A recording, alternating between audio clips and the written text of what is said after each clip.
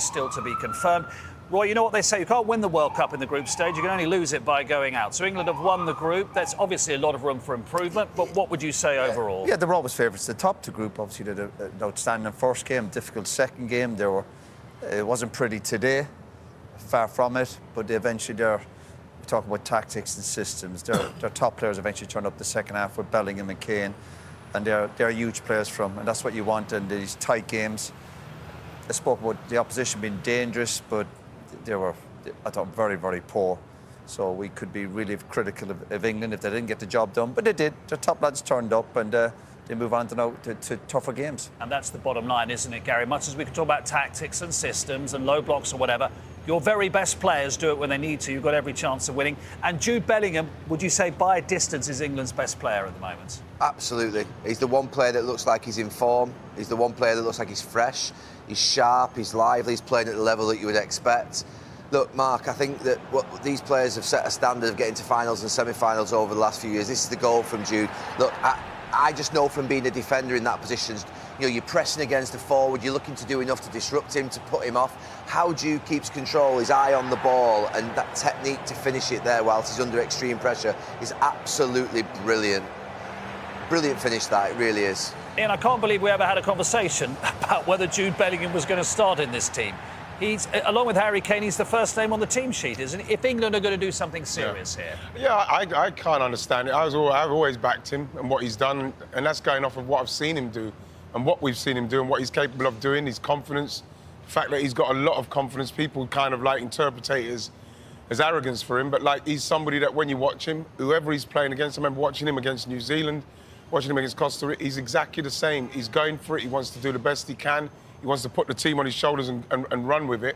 And he relishes it. You could see him in that first half. Yeah, second half. Even the second half, he showed his quality. But his first half, I think he showed a really good example in terms of work rate, winning the ball, doing the hard yards. And that does lift other players. Arrogance is good on the pitch, isn't it, Roy? Arrogance says, I believe in myself and you're all going to follow me because I'm at the top of my game. Arrogance, confidence, especially... No, well, especially... Whatever you want to call it. Yeah, whatever you want to call it, but especially if you back it up. Yeah. He backs it up, so you can't be critical of him. The rest of them are going to have to get to his form and his level quite quickly, Mark. Just in Thomas Tuchel's interview there, he said, we will step up the bigger the games. They're going to have to. I don't think he'll be walking off that pitch tonight looking at the analysis with his coaching staff and thinking that everything's perfect right now. We've got to get together in the next 4 days. We've got to get Declan Rice back in the team. We've got to get that back four more solid. It looked like they cut through us a few times. They didn't have the quality to punish us, but we're going to have to step up. Well, he said that, Gary, but to believe him, you know, the manager, because as much as there's been pluses from some of their star lads today, he's done a lot of chopping and changing. I still don't think he has a clue what his best 11 is. And that's not good. Yeah. No, you're probably right with the wide players, aren't you? Defensively, he's chopping and changing.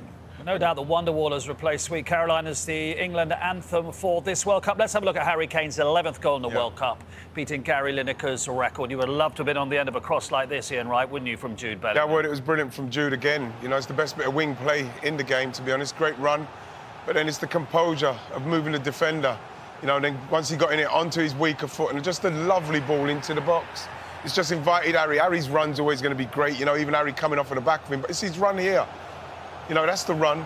And then once he's got there, it's the composure. We haven't seen this all day. It's come in, and then brilliant. And then Harry's run from the back of him. You're not going to stop Harry Kane with a ball that's floated in like that. Wrighty's point is a great one there. That's the best bit of wing play we've seen all day in terms of the composure in the wide area, playing a crossing that you can actually get on the end of. And the worry is it wasn't from one of the wingers. So I think that's the thing that, you know, Marcus or Madueke or Saka or whoever plays there, just drifting the crosses in nicely so that you can get on the end of them and people can time their runs. They're whacking them across at times and you just don't know where they're going to be. You know the thing with it is, Gal, like you mentioned it, it's almost like he's trying to play one of the wingers, a couple into form. None of them up to this point, whether it's Gordon, whether it's Marcus, whether it's Saka, whether it's Madueke, who's done a little bit better than the rest of them, none of them has kicked in, really. And we're talking about a team and a game that's reliant on wingers, whether we're going to play a deep, if we're playing to transition or we're going to play out of a deep. But whatever it is, the wingers are not doing enough for us to to really punish teams. That is going to be a worry. When Thomas Tuchel gets his bit of A4 out and goes, right, who are my wide men on Wednesday? That's not a straightforward decision for him, is it? And not just the wide players, there's some other positions. But yeah, the onus is on the attacking players. I've said it many times before. Your job is to go out and perform, where the next game the manager can't leave you out. But there's too many of the England players at this moment in time not doing enough. There's still, we talk about getting the trust of the manager. There's too many question marks, particularly about the 4 wide players, where you're going, it's a toss of a coin, and that's not good. You want to be able to go, he's our main man, like Bellingham and Keane always do, week in, week out. But these lads don't do it. The great thing about that cross was he didn't actually... You thought for a second when he chopped back inside, oh, he's left himself no room. Didn't actually beat the man, did he? Because he didn't need to beat the man, because the cross is whipped in so well. No, what I find sometimes with the wide players that they've got, that they're actually running so fast with the ball that they haven't got time to be able to slow themselves down, to get their head up, to be able to see what's happening. Sometimes you watch the likes of Foden and Palmer, I'm not saying they should be here, but they do move forward with the ball, with their heads up, so they can play it at any point. When you watch Marcus play, maybe, or Anthony Gordon, or maybe Madueke, they're running so fast to get past players, it's impossible for them to be able to adjust their moment and just be able to guide across it. So Harry Kane has now overtaken Gary Lineker. Right, this graphic takes a little bit of absorbing because there's an extra knockout round, so we won't rush through it. England are sort of 3 o'clock, right-hand side, and they'll play probably Senegal or DR Congo. If they were to win, if they're in capital letters, they would play probably Mexico in the Azteca. In Mexico City, where they've lost 2 of 87 competitive games, and after that it could be Brazil. Top left could well be a Germany, France, last 16. You've got Netherlands, Morocco, the last 32 is a big game. The USA down the bottom left will be confident at home to Bosnia. Top right, Brazil, Japan will be a very good game. Basically, what I'm saying, gents, right, this gets serious now. This is football now, come on. Knockout football, yeah. I think we're all, obviously, the supporters will be excited, and we're the same. There'll be a bit more jeopardy in the games now, and with so many teams getting out of the first group, there was this, and there's still 1 or 2 poor teams left in it. But any sort of mistake now, obviously, you're out of the competition, and that's a good game for England to look forward to. They top the group, and then 1 game at a time. You know all this, Gary. It's goals, it's controversy, it's red cards, it's referees doing whatever they do. This is it. This is maximum jeopardy. Maybe our friend penalties as well. But does it just go up? But do you feel as a player a little extra frisson about it all? Oh, absolutely. And you've got 5 games to play to win this tournament now, obviously with the added extra round. So you want to try and be a bit comfortable in the last 32 if you could be. England, Senegal or DR Congo are opponents that you wouldn't be scared of before the tournament. But I think, look, if you're watching England right now, you've got a bit of a model having watched Ghana and Panama play against England for 60 minutes, whereby you would just sit back and then just counter-attack on them. Obviously, teams later on in the tournament won't do that, but if you're Senegal, I think you'd fancy your chances a little bit on the counter-attack. Yeah, what do you think, Ian? Listen, I'm just pleased that we've got through those 3 games. Obviously, we've creeped through a little bit, but hopefully the quality will come through. We're starting to see it with Jude. We know that if Harry's in the box and the ball's going in there, it was interesting to him to listen to him say that he finally got one of those crosses, what he was waiting for. Once we can do that and everybody can start to find their form, especially our wingers. I have to go back to the wingers because we're going to need them.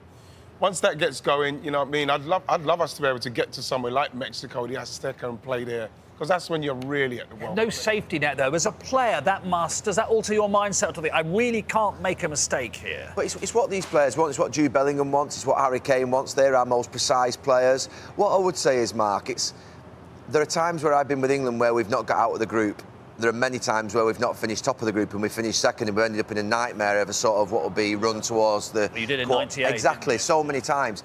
It's probably the most disappointed we've ever been with topping the group. The reason for that is these players have set such a standard over the last few years in terms of tournaments that we're just thinking that we want more from them. We want more from Bellingham, we want more from Rodgers, we want more from Rashford, and that needs to come now. These are the moments in these quarterfinals. Do you think, though, Gal, leading up, the calibre of games that we've had in respect to the World Cup qualifying games, has that set us up for the way we're playing now? Yes, we've done OK against Croatia, but we don't seem to have got to a level where we've played the calibre of team where we've had to really extend ourselves. Well, they're going to have to. The qualifying campaign hadn't helped England. 8 games, didn't even... Obviously, won the 8. Didn't concede a goal. And there was other teams with that type of record as well. But it certainly doesn't help you when you come up against better oppositions. But they're the type of challenges you have to face and get over with. Look at the look on your face. You're thinking these players should relish this now. I think they will. Yes. I think they will. I think the top players come. You know what? They smell it. Yeah, I agree. No. Look, you got to be positive. Got the win. Another clean sheet, got a couple of goals. Job done. Jude Bellingham looked good, high energy. You gave a 4 at half Now time. tell us how you really Are you feel. giving a 4 for the That's whole how game? I really feel. What'd you give the second half? You gave a 4 for the first. I'd probably say I push up to a 6 because we scored the goals. That's actually the best rating you've given so far in the But World that Cup. wasn't. No, I gave real credit against Croatia in the second half. I thought we were more dynamic. Thought we added a lot more intensity to our play. This was very limited, very limited. And if you want me to get excited about this, I'm the wrong guy. Bring somebody else in. This is not for me. I think give credit, got the job done. Panama played some good stuff. We made them look very good. And then until the end, when they had to show quality to score, that's when we showed Panama's level respectfully. That's why they're going home. But they could have scored 3, 4. Another day again where arguably could have got a penalty again. Ball gets crossed into the box, hits Morgan Rogers on the hands. Thankfully, we don't get it. I haven't seen the Thomas Tuchel that everyone keeps telling me we're going to see. But I suppose the other thing they keep telling me is he's a winner, tournament guy that just gets through and gets it done. That's what I've seen so far. We're getting it done, but nothing to excite me, nothing to get me going, right, I can't wait to play Senegal, or, do you know what, let's go book the tickets for the final, take the kids, be historical. So, OK, I don't know. I'm not sure. Were you underwhelmed, Nige? Yeah, not a great performance, but they got the job done. And we've sat here sometimes and we've said it as ex-players that, you know, sometimes teams just find a way to do it and get the job done, and that's what England did today. The worrying thing for me is moving forward from what we've seen performances-wise, whether it's collectively or individually. The better opponents you play down the line, you're worried because the performance just wasn't still quite there and wasn't good enough for a game that England, on paper, should have dominated for the full 90 minutes and had chance after chance after chance. But on the opposite end, it was Panama who had probably the better chances. But they found a way to get the job done. They got the result. There's no point in dwelling on it and crying over it. But I'm sure Thomas Tuchel's going to have a lot of words with his players because performance-wise... How many more words could he have? Well, for three games in, he's been speaking before the game, half-time, after the game, the days in between. But you could see by his facials and his reaction on the sideline and his demeanour, he was frustrated because he knows that these players are not playing to the level that they should be. And that is the worry moving forward. So that, for me, wasn't great, wasn't convincing, but they got the job done. But for England, we need to step it up. If we're really serious to say that England are one of the favourites in this tournament, they need to step up in performances. It's no good just by referring to names and clubs and where these players are at and all that. That's out the window now because they haven't done it for performance-wise on the pitch. England scored 2 goals in the second half, one from a set piece, another one from a cross. They made 2-3 plays. I wanted them to win 6-7-0 because I got a message from someone at the network after my halftime rant about England, how poor they were. I got a little message like, oh, it doesn't look so good, that rant now, right? In a day and age when everyone goes on Twitter, boop, boop, boop, 2 seconds, Instagram, boop, boop, highlight, oh, wow, what a goal, Harry Kane. If you watch that game from start to finish, I think they got worse in the second half. He says they were 4 in the first half, maybe 4.5 in the second half. They lost every duel. Goals take them up is the only reason I gave them They lost every duel with Panama.